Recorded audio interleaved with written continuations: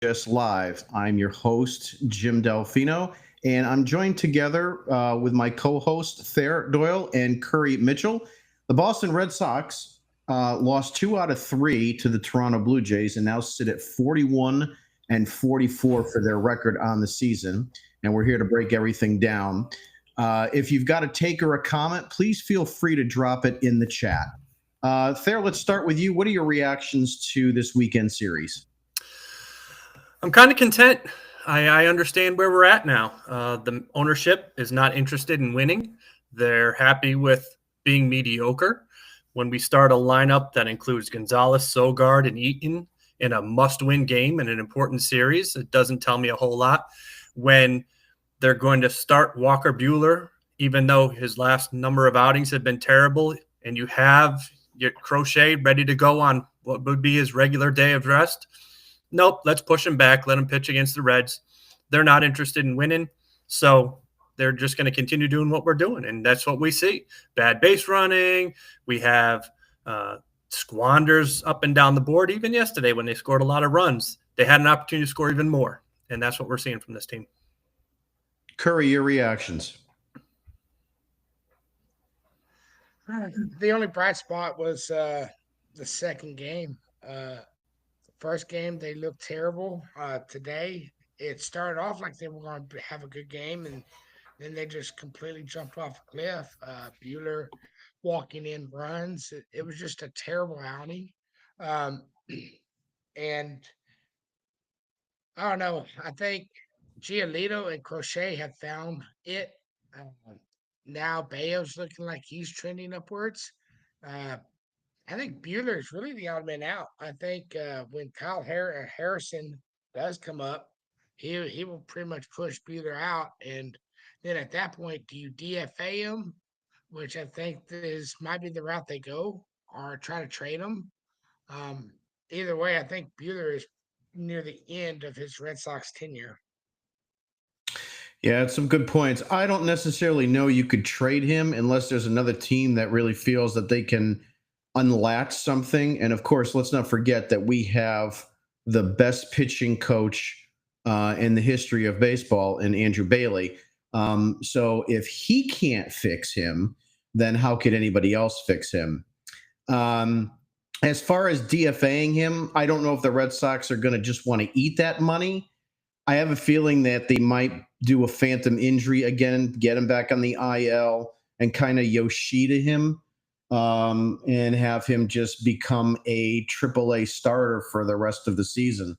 I don't see how you could keep him in this rotation any longer. Obviously, you lost 5-3. He was responsible for 4 earned runs, and again, they were teeing off on him in the first inning. Thayer, go ahead. That's sort of what we were talking about, this idea of, starting off with the strikeout in the first inning. And then, jokingly, we were talking about at least they were solo home runs because he wasn't walking people, had a decent second and third inning. And after the last start where he had that atrocious first inning, they talked about how he sort of found it in the next couple innings. And they thought maybe he had worked it out. He pitched well into the second and the third. And then you have 2 quick outs.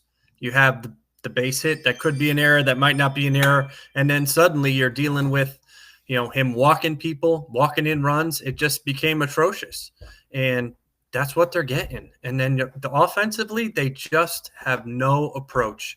This inability to score runs when they need to. And even in the last inning, if you look at it, after 2 outs, what does Gonzalez do? He swings at the first pitch. You're down 2 runs and he's swinging at the first pitch. Yeah, that's what happens when you have a team full of guys that are backups. I've said it 1,000 times. I do want to switch gears a little bit, talk a little bit about last night's game. Then we'll go back to tonight's game, and then preview the Cincinnati Reds series. But getting to a positive note, which is something I haven't been able to do much with this Red Sox team this season, a 15-1 ball game. Obviously, it was started by Lucas Giolito. On the last podcast, I had said that there was no way they were going to win this game. I'll happily take the L on that. But again, if you were a betting man, I think anybody would go with Chris Bassett before they would go with Lucas Giolito. But he looked great. 7 innings, 6 hits, one walk, 1 run, no earned runs, 5 strikeouts. Uh, Curry, what are you seeing in Giolito? Do you think we can count on him for the rest of the season, or is this just a diamond in the rough right now? Well, I think all year you saw that one start that he's dominant, and then the next start he was not. Then it kept going that 1-1. I think he had that really bad start where he just got hammered, and then he pretty much just said, "Screw this, I'm gonna figure this out." And ever since then, he has just trended dominance. I think he's given the last 4 games, he's given up like 3 runs. That's elite pitching, and he's the number two that a lot of people thought when we signed him 2 years ago, whatever it was, what we were possibly going to get. And just for the record, I did pick Giolito over Bassett the other day. I'm just gonna throw that out there. Um, but Rub it G- in. Giolito, he's commanding that fastball, and it's making everything else look better. And that's the problem. Crochet commands the fastball, makes everything else look better. Bayo is starting to slowly trend that way, where he's starting to, command the fastball, makes everything look better. Bueller is not. He has no command of the fastball, and that's why he keeps trending downward. But like I said, I think Giolito's our number two right now, and I think it's going to trend that way and continue. He might have a bad start here and there, but I think for the most part, the rest of the year, we're going to get a pretty good starter. Yeah, I mean, Thera, what's your reactions? Do you think we can trust Giolito for the rest of this season? I think we're going to be able to trust him to be a above average pitcher. Like Curry's saying, he's working off the fastball. He's a true professional. We saw that yesterday. Even though he had a big lead, he wasn't nibbling. He wasn't working to the corners. He was just going at guys, and that's the key.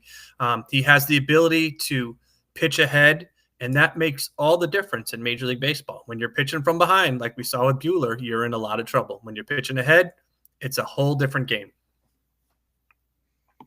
Yeah, I totally agree with that. And I also think, too, has he been kind of not going with Andrew Bailey's and Craig Breslow's spin tactics? It seems like he's throwing more fastballs and he's getting a little bit more consistent in the upper, mid to upper 90s. It seems like maybe he's not spinning the ball as much as he did before. Is it just me, or have you guys seen that as well? I think to Curry's point, he's working the fastball more often. He's working towards it early in the counts. I think he's getting healthier. He's coming off of an injury, and it's taking him a while to develop his arm strength. And I think the confidence goes along with it. That's an important part for him. Yeah, totally agree. Switching gears a little bit, Roman Anthony was 3 for 6 yesterday. So 3 hits, 2 runs scored. Today, 2 hits and 4 at-bats. He did have a strikeout. But that is 5 hits in 2 games. I know it was a slugfest yesterday, but what are you seeing from Roman Anthony that we didn't see maybe even last week? Anything that you've noticed, or is he just getting more comfortable, being in the majors? Curry, you want to take that one? Mixture of both. Um, yeah, I think it's a mixture of both because if you looked, even when he wasn't getting hits, he was making solid contact. He was just getting very unlucky where they were going. So now you're seeing that same solid contact, but he's putting it, he's elevating a little bit better. This is what he did in AAA. He just, I think, in we might not see how elite he's going to be this year, but I think by next year we could be seeing a 30 plus home run guy, 80 plus RBIs.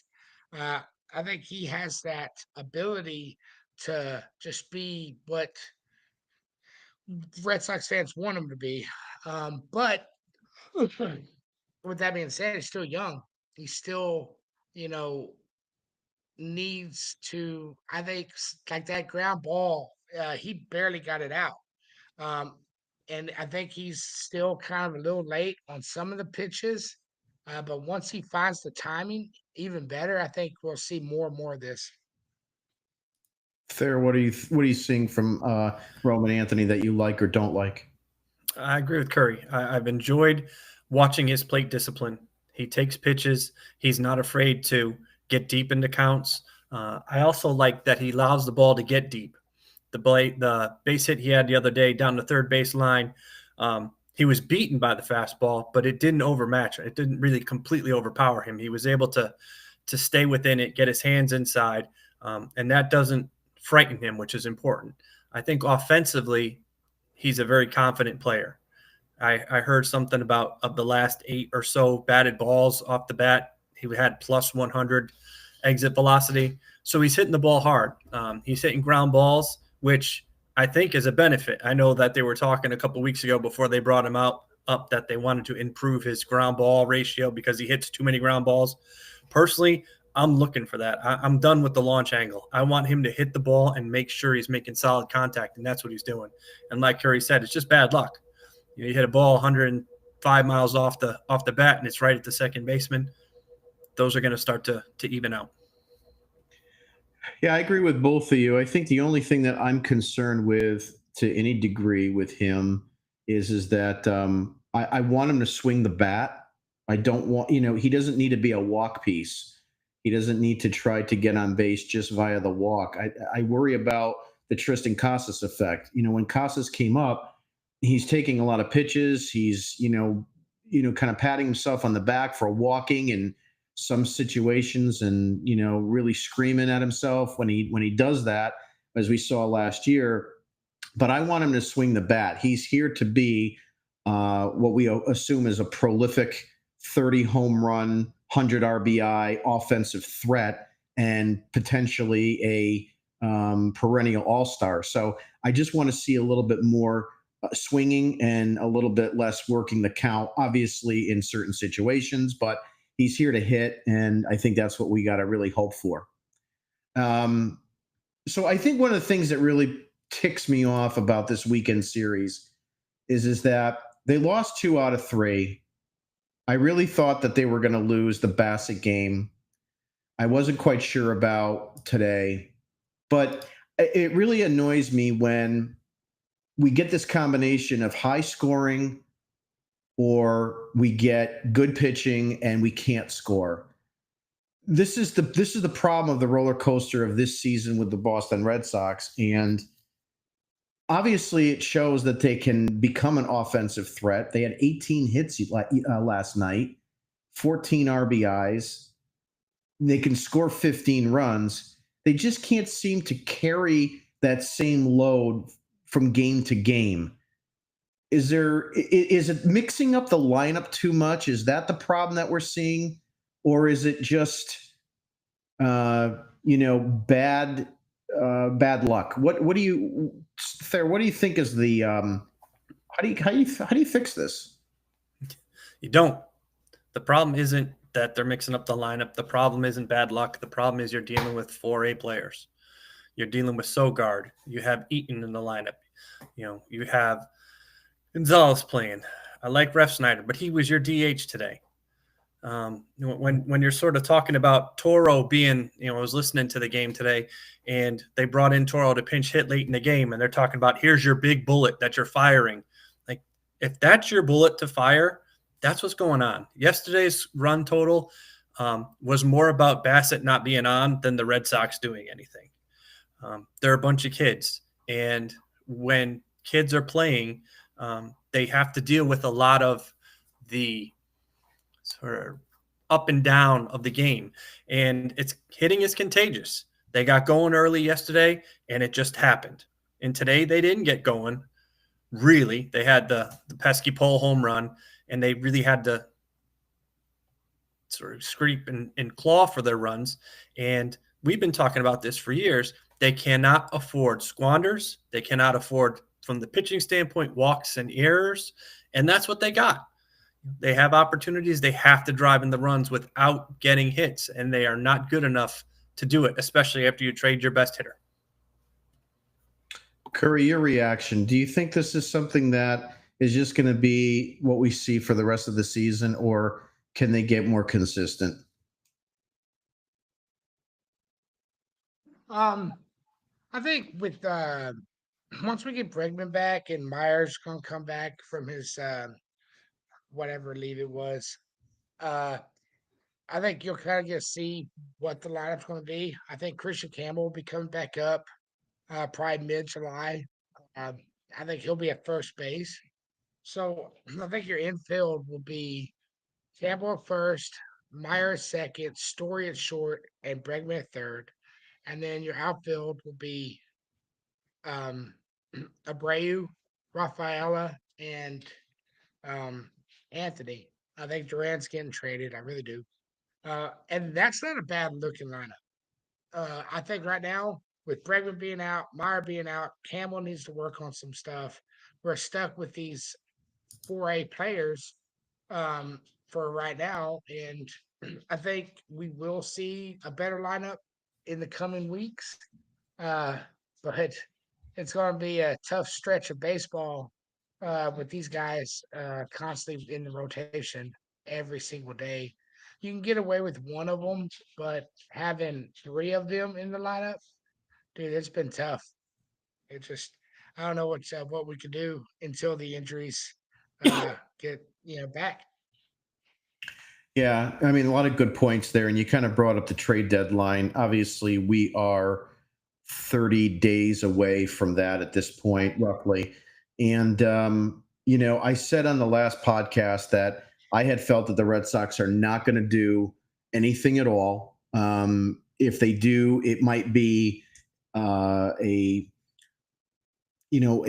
middling reliever or a middling other platoon guy, because I think they're going to try to sell us as fans on the fact that Bregman is coming back, Yoshida is coming back, Justin Slayton is coming back, Jordan Hicks is going to be brought up, and maybe even Harrison.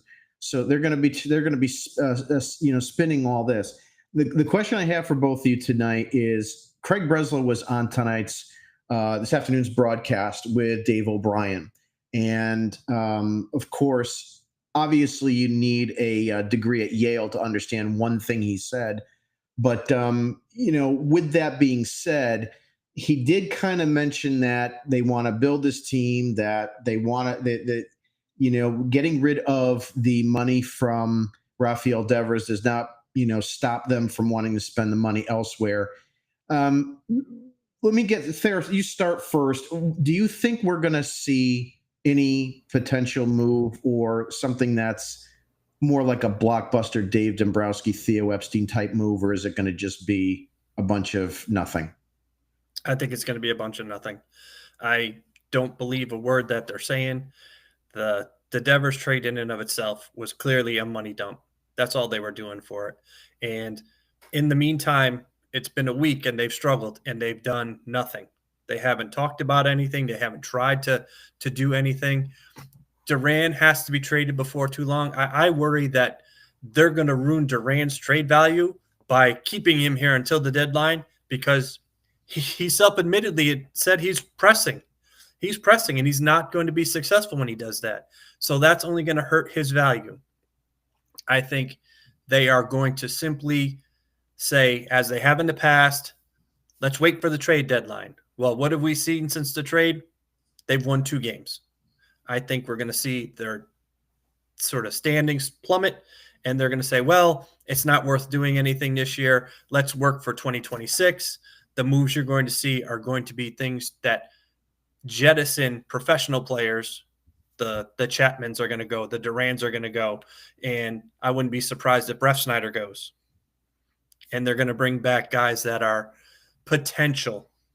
Nothing that's going to be of any note that's going to help the 2025 Boston Red Sox. As I said at the beginning, I'm content. I know where they stand now. They are not interested in winning this season. So let's see what goes on next year. And I hope the kids develop a little bit. Curry, your reaction. What do you think about the trades, potential trade options? Well, I think Durant's going to be traded. I lean towards him being traded to the Phillies. For what, I don't know. I honestly don't know what the Phillies are willing to give up. Um, Now, a name that caught my attention, I heard a rumor that he might be moving is Josh Naylor for the Diamondbacks. It will fix our first base problem. He does have power. And then can do like a platoon with him and Campbell, where Campbell plays first base, but Naylor's your everyday first baseman. And then, you have your DH where you swap people around for the DH. I don't know if that's going to happen, but it's just something I, read somewhere.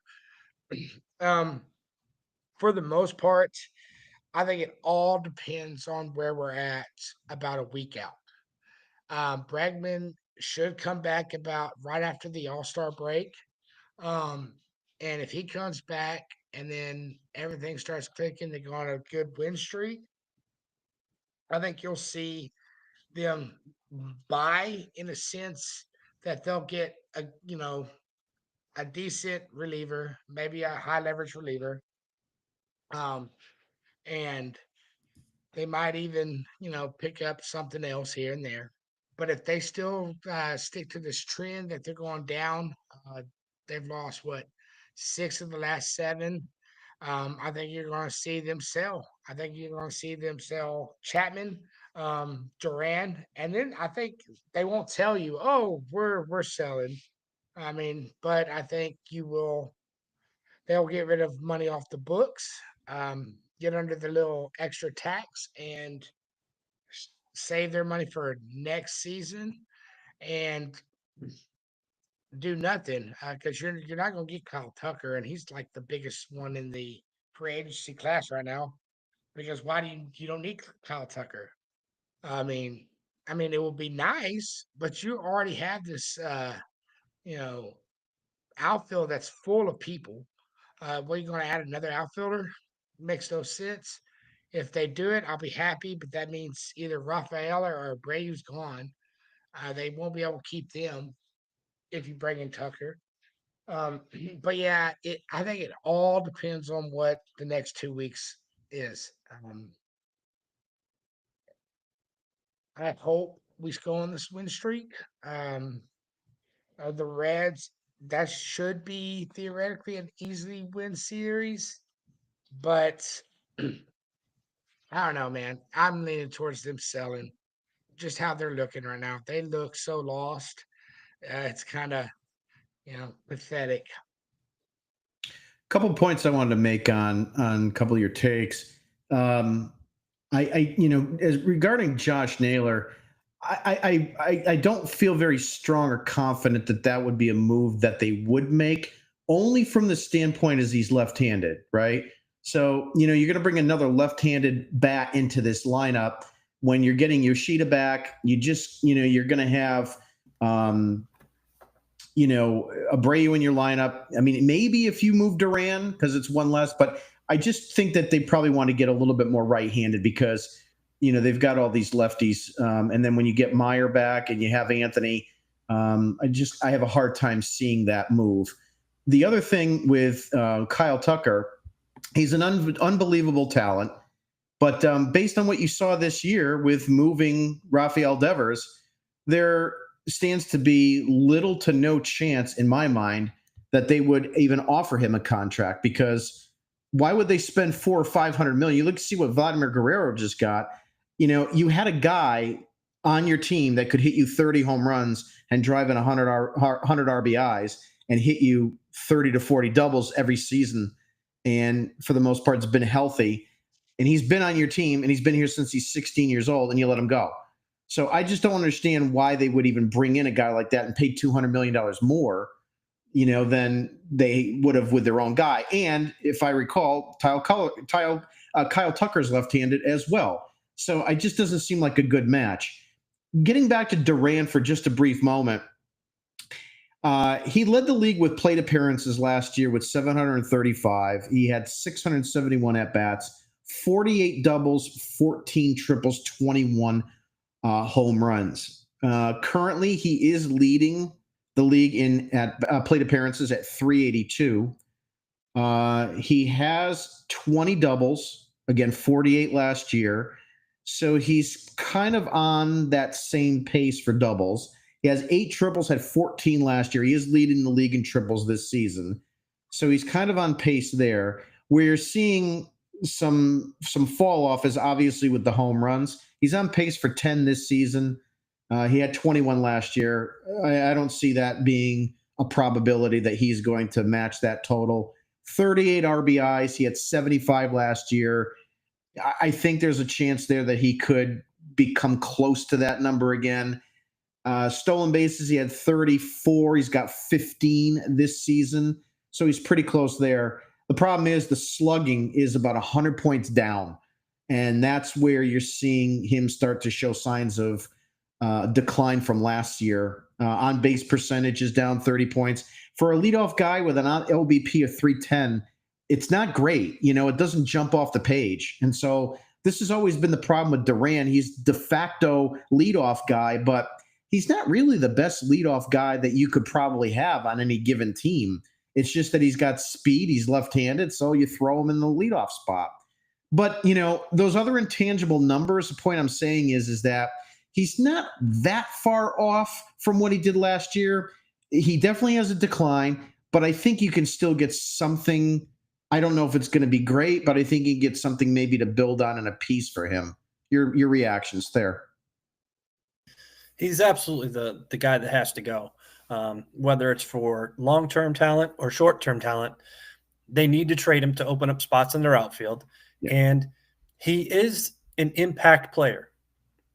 He is a guy that can cause extreme havoc. I think he's a player that in the right situation, when he's comfortable and he's feeling as he's not the main go-to guy, because last year he wasn't the main go-to guy. He played beautifully and played wonderfully, but he wasn't the one that they relied on. He just sort of did it. If he gets to a spot like the Philadelphia, if he can get to Philly, good gracious, with the guys that they have behind him, he would just be an absolute horror show for the National League East. To have Turner hitting behind him, and then Schwarber, and then you have Bohm, and then you have Harper when he comes back, and Castellanos, that lineup would be devastating. Murder. Yep, it would be a murderous lineup. Curry, your reaction on Duran? Yeah, I think last year he was great. Honestly, if we had a smart front office, they would have traded him during the off season. I mean, let's be real. He was at the highest of highs, the All-Star MVP, led the league in triples, just dominant speed. He was good in the outfield. Everything looked an upward spiral for him. You knew you had all these outfielders. You knew that his trade value was at all the highest it's going to be. And you guys like that. Roman Anthony's not ready, even though he could have easily been on this opening day roster. You trade him at the beginning of the year. You could have gotten pretty much almost anything for him from certain teams. Um, yeah, no, that was a bonehead mistake by Breslow, which is, pattern. Now, break it down now, his trade value is low because he's really not hitting. Yes, he has speed, but you're starting to see him getting caught on the bases more often. His defense is taking, a down tick. He can't get on base constantly. He's striking out at a high level. You know, so you'll get something. There will be teams desperate enough at the trade deadline that you could get something of value for him, uh, whether it be a high leverage reliever or a good right-handed bat. You'll get something, uh, but you could have gotten that times 10 in the offseason. So it's just going to make you look like an idiot, which everybody already knows he is. So, yeah, I think Durant's done, but knowing Breslow, he might be like, well, we'll just keep Durant and trade him in the offseason. And then his value goes even lower. Yeah, if he doesn't really kick it up a notch and come anywhere close to last season, he's not going to have the value that they're going to want. But I would tend to lean towards the fact that if Yoshida is going to be coming back and he's going to be your DH or see some time in the outfield, I think they have to have a move in place for Duran to be traded at that same time because right now they're rotating Anthony as DH, right field, and so forth. If Yoshida's going to be blocking your DH spot, it's one less opportunity to have Anthony's bat in that lineup. So, and the fact that they're both left-handed again is the biggest problem. So, I think you got to see Duran moved around the same time as you have a Yoshida reactivation. It's the only thing that makes sense to me because I can't see that they would let that go longer than that. I want to switch gears a little bit to the upcoming series starting tomorrow night, excuse me, by at 7 o'clock with the Cincinnati Reds coming to town. So Tito will be back in Fenway Park. He's motivated. The Cincinnati Reds are an interesting team this year.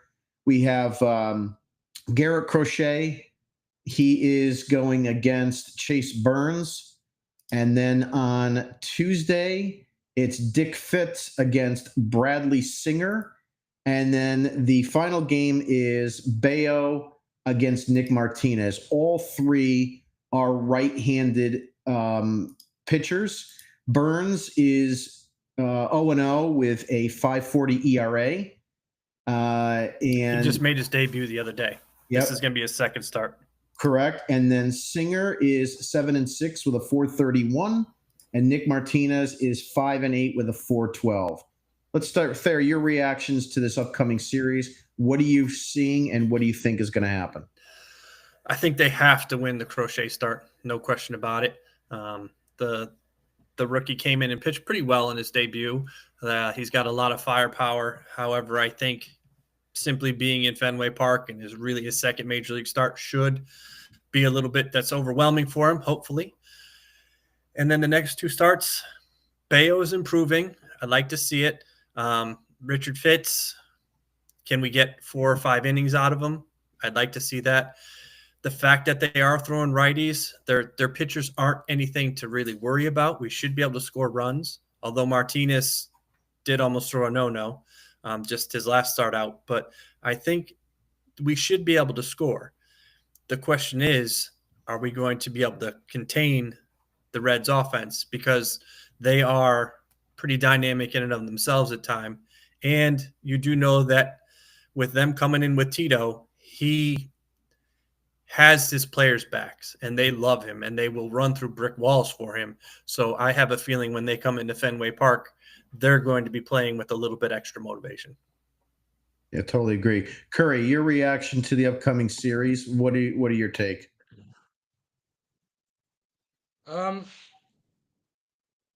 There's a good chance, and it's being optimistic, but there's a good chance that we win all 3 of these games.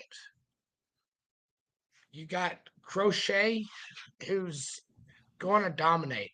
You get him 3 runs, just 3, and the bullpen doesn't crap their pants. That's a win. 3 runs is asking a lot, though, Curry. I know. True. But the Reds aren't going to get 1, maybe 2. So you get 3 runs. I think they could do it.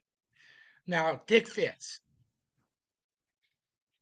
I think when he came back from injury the first time where he looked really bad, they brought him up too soon. His last start was his first start back. He didn't look didn't look great, but he did show flashes that he's there. He's not hurt anymore. So what Dick Fitz do we get? Do we get the Dick Fitz who, takes his dick out and, mows them down? Or do we get the one who, needs a Pepto-Bismol shake? I think he will have that flashes. I think you'll get 5 out of him, and then that will be your bullpen day. Bayo, if Bayo keeps pitching like he's been pitching against Martinez, all 3 of these pitchers that we're going up against are very beatable. They give up a lot of runs. They give up a lot of hard contact. So this series could be a sweep. Of course, I'm going to say we win 2 out of 3, but I would not be surprised if we sweep them. Yeah, I know, Curry, We you're just the need our most. bats to come alive. I know you're the optimistic guy of the bunch. I'd like to be too, but I think first of all, you got to win the crochet game, as you've both have mentioned. If you don't win that, it's a disaster just to begin with. As far as sweeping, I mean, anything can happen, right? I think the best that you might get is 2 out of 3, but I'm banking on if Crochet throws like he has been, and they have enough offense. Obviously, it's not a rocket science to figure that one out. Yeah, they can win that game. The best I think they're going to do is 2 out of 3. I don't think they're going to do. I don't think they're going to be a sweep. I think Francona is going to be very motivated, as Thayer said, to have his players really play hard. But the other thing to consider here is it's really all about making sure that you neutralize De La Cruz. I mean, he is their best player. He's going to cause havoc on the bases. He's their best power hitter. So you've got to make sure that you keep him off the bases. And if you could do that like you did Aaron Judge, look what happened. You wound up sweeping the Yankees because you neutralized Judge in that entire series, and he still hit a couple home runs off you. But the bottom line is that's how you're going to win 2 out of 3 or take all 3. I did want to just mention a couple comments that we had here. Dylan had asked, love you guys. How do you think the Sox can turn this one around? Thayer, you made a comment on there too as well. You'd love to say they might be able to focus up and maybe get a little bit more consistent pitching. Hopefully that is something that we will see, and maybe we can get better pitching down the road. I just don't have a lot of faith in anybody not named Crochet. Foxy Jane 88 says, I'm all over Cora. I can't stand all the excuses our fans make for him. I totally agree with that. I'm not a Cora fan. I've never been a Cora fan ever since he was found to be guilty with the cheating scandal. And the fact that he came back, he's really done almost nothing since he's been here. The 2018 team, I think you could have probably hired paper cutout to manage that team, and it was still won. And in 2021, there was a lot of luck there, but lo and behold, there's basically nobody left from that team now. So there wasn't a lot of desire to keep that group together. And she also writes in and says, need Bregman so bad. He told Rafi to throw his glove in the trash. I like Bregman. He's been very, very good on this team. And I think there's a really good possibility that when the offseason starts, the Red Sox will try to retain him. It's going to cost them a lot because they blew their hand by getting rid of Devers. And now, you put a guy like Bregman in the driver's seat, and they're going to look at John Henry and say, you got to pay up now, and you don't have much of another option. So again, timing is always the issue with this team. And that's what's going to either make or break them. And so far, it's been breaking them. Final comments or reactions from you both. Thayer, go ahead. Let's try to be positive. Positives from this weekend. Giolito was throwing like a professional. Anthony is putting the bat on the ball, being productive. The bullpen, besides, Kelly, and he got hurt, but they did okay. They were there. The offense is not giving up. They're putting themselves into positions to score runs. Now they just have to kind of get to it. I heard a comment from Duran talking about his at-bats, and I really like this idea, and I sure hope it comes to it, that he gets 600 at-bats a year, and Cora said, some of those are mine, meaning the team. I need the team to take more of those at-bats, and when they do, I need the players to do the right thing. Instead of hitting a pop-up with a man on second and third and one out, hit a ground ball to second base. Stop trying to leave the yard. Just drive in a run. That's all you need to do. Be productive. Do the right thing. Don't drag the bunt. Just drop the bunt down. There's no I in team. Just an M and an E. And unfortunately, that's what the Red Sox subscribe to. Curry, your final reactions for tonight. Again, Giolito is starting to trend the right way. Let's keep that going. Crochet's crochet. Um, if the bats can pick up like they did yesterday, uh, we can go on a long stretch of good baseball. Um, I think with the Red Series coming up, there are some winnable games, winnable matchups in this series, and you just got to take care of business. Uh, you know, put bat on ball, do the basic things. When the guy's on second base, don't try to swing for the fences, just put it in play. How many times have we seen them put a ball in play that should be a routine ground ball and somebody's scoring a run because of a bad throw? It happens all the time in baseball, especially when we're doing the throwing. Um, now, I think this next 3 weeks of the season is so important. We have to get some wins or we will be selling. And I think Bregman will sign an extension before the end of the year. I think Breslow has no choice. He knows he has no choice. He has to get this extension done. And then to what you say, Jim, that's what they'll sell the Red Sox fan on at the deadline is, oh, look, we extended Bregman. That's our big move of the year at the trade deadline. I think if they can't get no trades done, that's what they'll do. And they'll overpay because they know they have to do something. Yeah, good points. And to both your points, to Curry, your last thing there that you said, you got to take care of business. I mean, if you're going to stay in this race right now, you've got the Reds coming in, and then you're facing the Washington Nationals. I mean, you got to take 4 out of 6, 5-1. And then the Rockies. And then the Rockies. So, yeah. So it's 10 days. I wouldn't even say 3 weeks, Curry. I'd say the next 10 days. But this time we're sort of Wednesday of next week, coming 2 weeks away. The Reds, the Nationals, and the Rockies, you have to, I'd say 7-3 minimum. Is it a 4 game against the Rockies or one of those teams? Maybe it's a 3. So it's probably just, I don't think they have. So, 6-3. 6-3, I think, at the worst.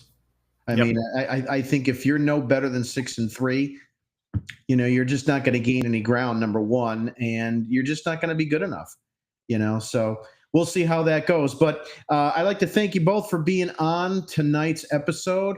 Again, thank everybody for watching and joining. Go ahead and please subscribe to our digital product on RedSoxDigest.com. My name is Jim. I've been with Fair and Curry. Have a great night, gentlemen, and go Red Sox.